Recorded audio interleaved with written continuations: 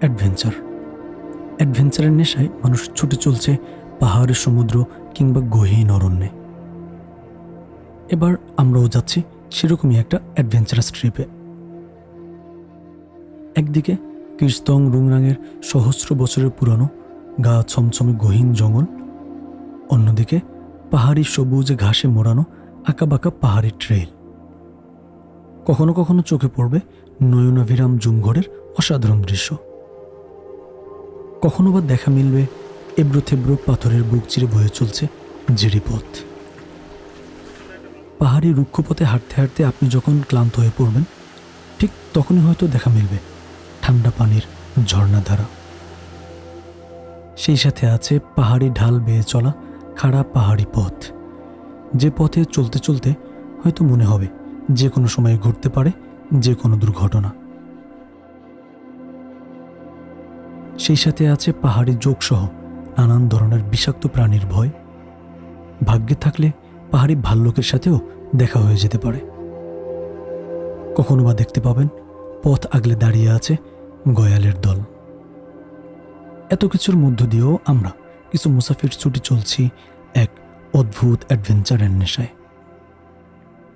চলুন তাহলে আমরা যাত্রা শুরু করি কির্স্তং রুংরাংয়ের উদ্দেশ্যে, হারিয়ে যাই পাহাড়ের গহীন অরণ্যে। আমাদের এবারের 3 পর্বের সিরিজে আমরা তুলে ধরব কির্স্তং রুংরাং পাহাড় অভিযানের সম্পূর্ণ গল্প। পুরো গল্পটি আমরা 3টি পর্বে তুলে ধরেছি। প্রথম পর্বের ভিডিওতে আপনাদের সবাইকে স্বাগত জানাচ্ছি। এই পর্বে আমরা ঢাকা থেকে বান্দরবানের একদম গহীনে খেমচংপাড়া পর্যন্ত তুলে ধরব। আলীকদম থেকে খেমচংপাড়া পর্যন্ত যে দুর্গম পথ এবং এই পাহাড়ি পথের যে অ্যাডভেঞ্চার, এই পুরো ব্যাপারটাই একদম অন্যরকম। আশা করছি এই পুরো ব্যাপারটা আপনাদের সামনে খুব সুন্দরভাবে তুলে ধরতে পারবো। চলুন তাহলে আমাদের এই প্রথম পর্বের ভিডিওটি শুরু করা যাক।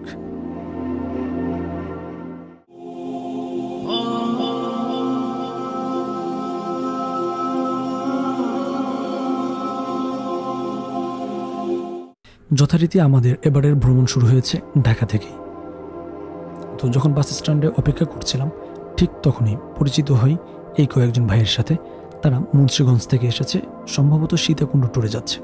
আশা করি ভাইদের ট্রাভেলটাও বেশ সুন্দর হবে।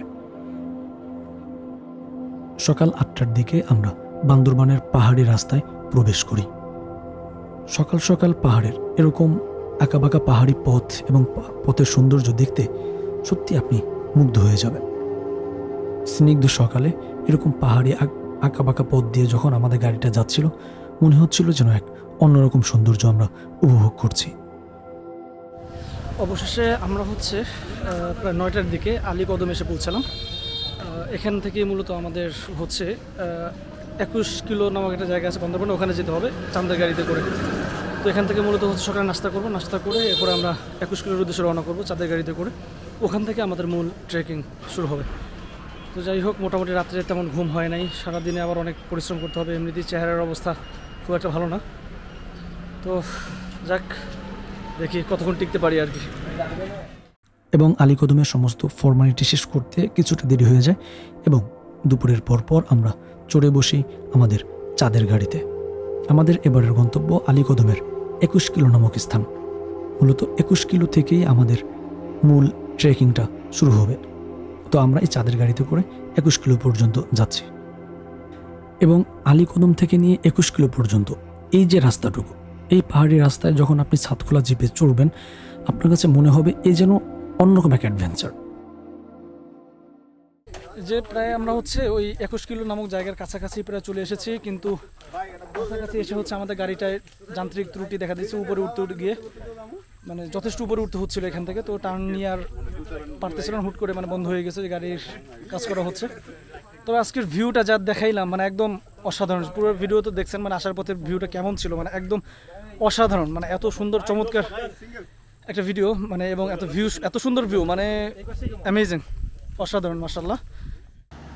এবং এরপরে আরেকটা জিপ এসে আমাদের জিপটাকে টেনে সাইড করে এবং আমরা নতুন করে যে জিপটা আসে এটাতে করে 21 কিলো পর্যন্ত পৌঁছাই। অবশেষে আমরা আলহামদুলিল্লাহ মোটামুটি গাড়ি নষ্ট হয়ে যাওয়ার পরেও আমরা এই যে 21 কিলো নামক যে জায়গা, এখানে এসে পৌঁছাতে পেরেছি। এবং এখন আমাদের মূল ট্রেকিং শুরু হচ্ছে। এই যে আমরা পুরো আমাদের ট্যুর মেট যারা আছে এবং পুরো গ্রুপ সবাই হচ্ছে একসাথে যাচ্ছি। এখান থেকে হাঁটা শুরু হচ্ছে, এখন বাজে হচ্ছে একদম ঘড়ির কাঁটা 4টা বাজছে, 4টার সময় আমাদের হাঁটা শুরু হলো।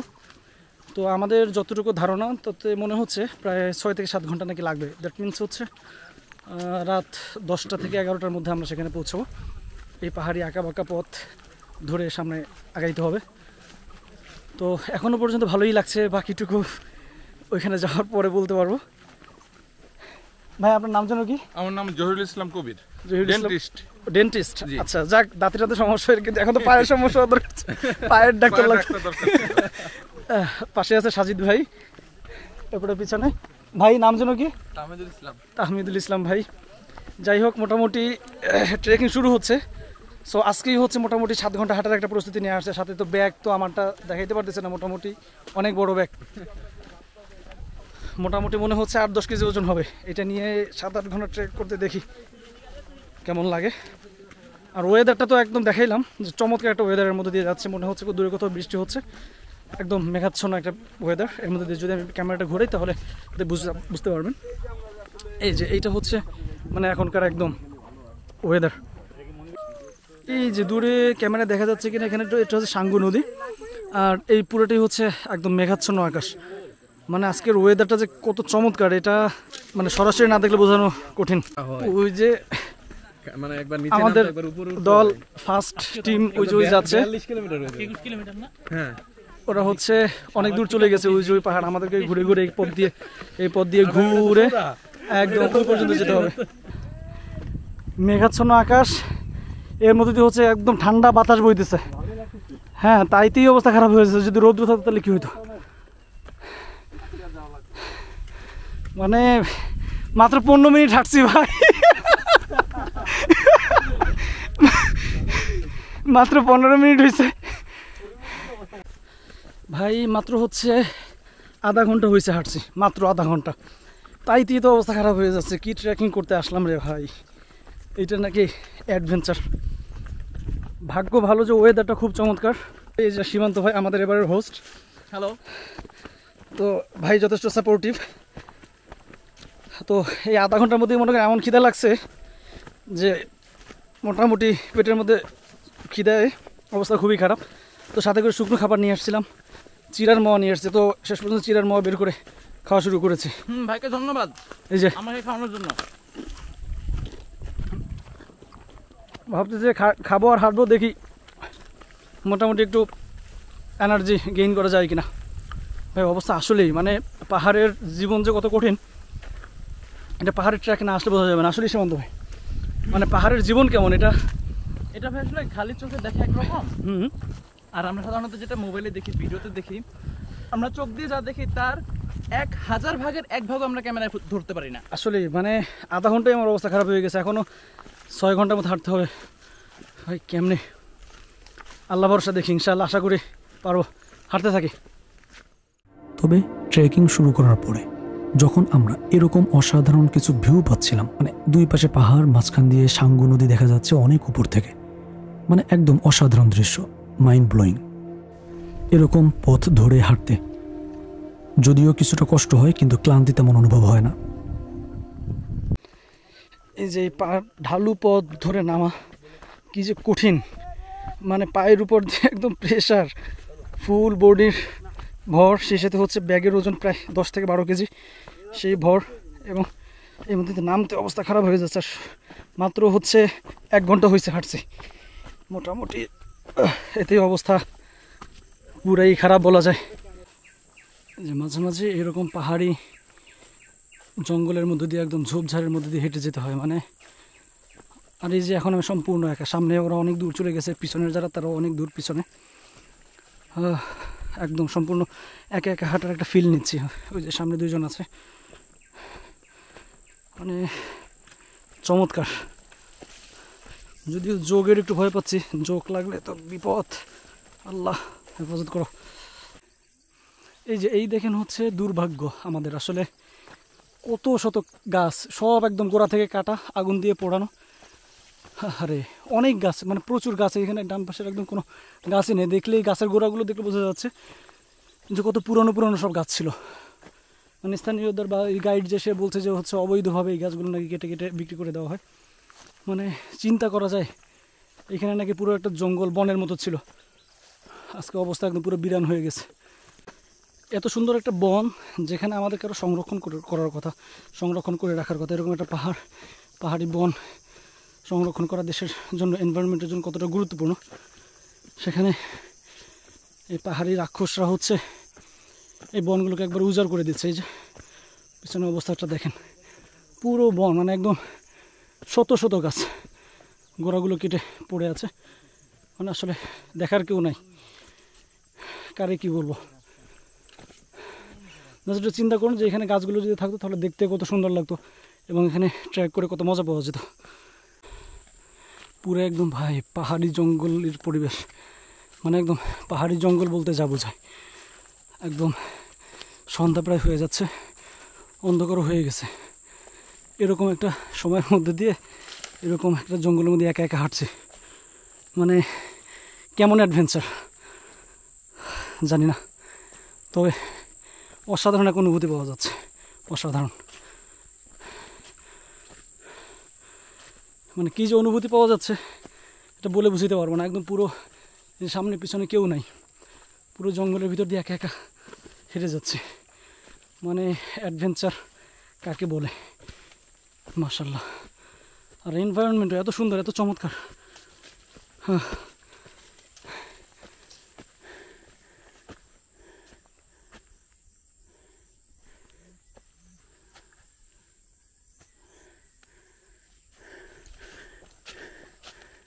এইখান দিয়ে কি উঠে গেছে না কই গেছে আমি তো বুঝতে পারছি না। আল্লাহ, আমি কি পথ হারাই ফেললাম? আমি কি পথ হারাই ফেললাম নাকি তো কিছুই বুঝতে পারতেছি না। আল্লাহ,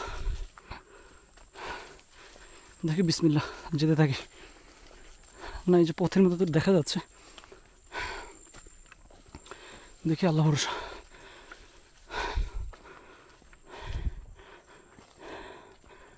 অ্যাডভেঞ্চার যে কাকে বলে না আসলে বুঝবেন না।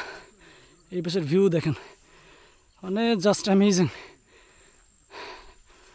শেষ বিকেলে যখন প্রায় 2 ঘন্টার মতো ট্রেকিং করে আমরা এরকম একটা জায়গায় পৌঁছলাম, পাহাড়ের এই দৃশ্য দেখার পরে বিশ্বাস করেন আমাদের কষ্ট যেন অনেকটাই সার্থক হয়ে গেল। মনে হচ্ছে যে এতটুকু কষ্ট করেছি এই সৌন্দর্য দেখার জন্যই, হয়তো এই সৌন্দর্য দেখার পরে এতক্ষণে সব কষ্টটাকেই সার্থক মনে হচ্ছে। রেস্ট নেওয়ার পরে আমরা আবার যাত্রা শুরু করলাম এবং দেখতে দেখতে সন্ধ্যা ঘনিয়ে এলো।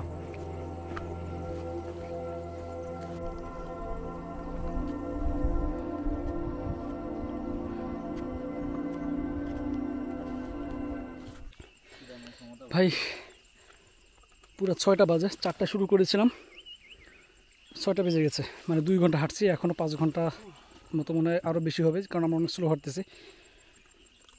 আর মনে হচ্ছে যে আর চলতেছে না, আর সম্ভব না। সাথে করে তো অনেক শুকনো খাবার নিয়ে আসছি, যে মোয়া খাইতেছি, পুরো প্যাকেট ধরে নিয়ে আসছি।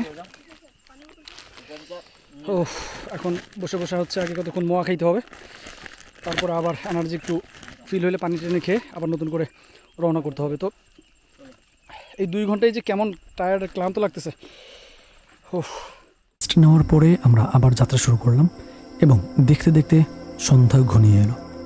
চারপাশে ঝিঝির ডাক এবং পাহাড়ি পোকামাকড়ের ডাক, এর মধ্য দিয়ে সূর্য অস্ত যাচ্ছে, সূর্যাস্তের দৃশ্য। এটা যেন জীবনের এক অন্যতম সুন্দর সূর্যাস্ত হয়ে থাকবে। এত চমৎকার এবং এত সুন্দর সৌন্দর্য উপভোগ করতে করতে আমরা আবার এগিয়ে যাচ্ছি খেমসংয়ের দিকে। সন্ধ্যা প্রায় হয়ে গেছে এবং পাহাড় তো এই আরও বন জঙ্গল, প্রায় অল্পের মধ্যেই সন্ধ্যা নেমে যাচ্ছে, অন্ধকার হয়ে যাচ্ছে।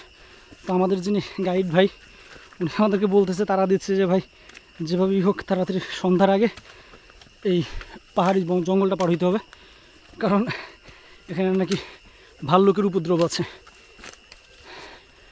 ভাল্লুক এসে সামনে দাঁড়াইলে তো মাশাল্লাহ একদম ট্যুর এইখানেই পুরো অ্যাডভেঞ্চারের 16 কলা পূর্ণ হবে। ও আল্লাহ, উঠতেই তো এখন আমরা চেষ্টা করছি যত দ্রুত সম্ভব এই জঙ্গল পার হয়ে একটু ফাঁকা জায়গার দিকে যাওয়ার জন্য, মিনিমাম ভাল্লুকের উপদ্রব থেকে যেন বাঁচতে পারি। আল্লাহ ভরসা। সন্ধ্যা প্রায় ঘনিয়ে এসেছে এবং সন্ধ্যার পরপর আমরা একটা জায়গায় সবাই রেস্ট নেই এবং সবাই একসাথে হই। আসলে সবাই খুব ক্লান্ত এবং এই রেস্ট শেষে আমরা নতুন করে আবার পথ চলতে শুরু করি এবং প্রায় আরও 3 ঘন্টা পথ অতিক্রম করার পরে আমরা খেমচংপাড়ায় পৌঁছাই। যাক, অবশেষে হচ্ছে আমাদের ট্রেকিং শুরু হয়েছিল হচ্ছে 4টায়, আর আমরা এখানে এসে অবশেষে পৌঁছালাম হচ্ছে 9:30টায়।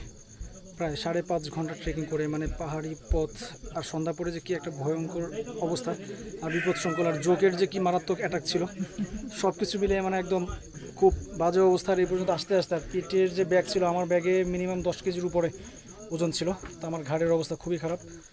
আর সব কিছু মিলে এখন আর কথা বলার মতো কোনো এনার্জিও নাই।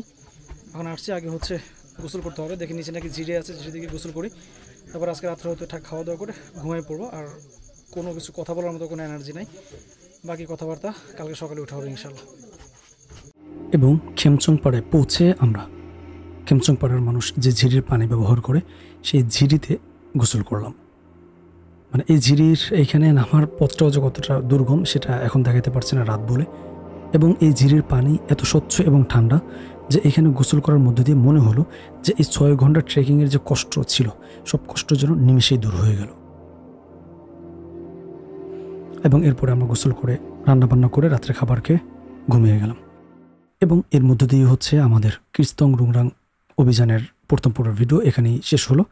দ্বিতীয় পর্বের ভিডিওতে আমরা খেমচংপাড়া থেকে কৃস্তং অভিযানের যে গল্প, সে পুরো গল্পটা আমরা দ্বিতীয় পর্বে তুলে ধরবো এবং সেই সাথে খেমচংপাড়ার আদিবাসী মানুষের জীবনের গল্প, পাহাড়ি জীবনের গল্প আমরা দ্বিতীয় পর্বে তুলে ধরব। দ্বিতীয় পর্বের ভিডিওতে সবাইকে আমন্ত্রণ জানিয়ে প্রথম পর্বের ভিডিও এখানেই শেষ করছি। সেই পর্যন্ত সবাই সুস্থ থাকেন, ভালো থাকেন। আল্লাহ হাফেজ।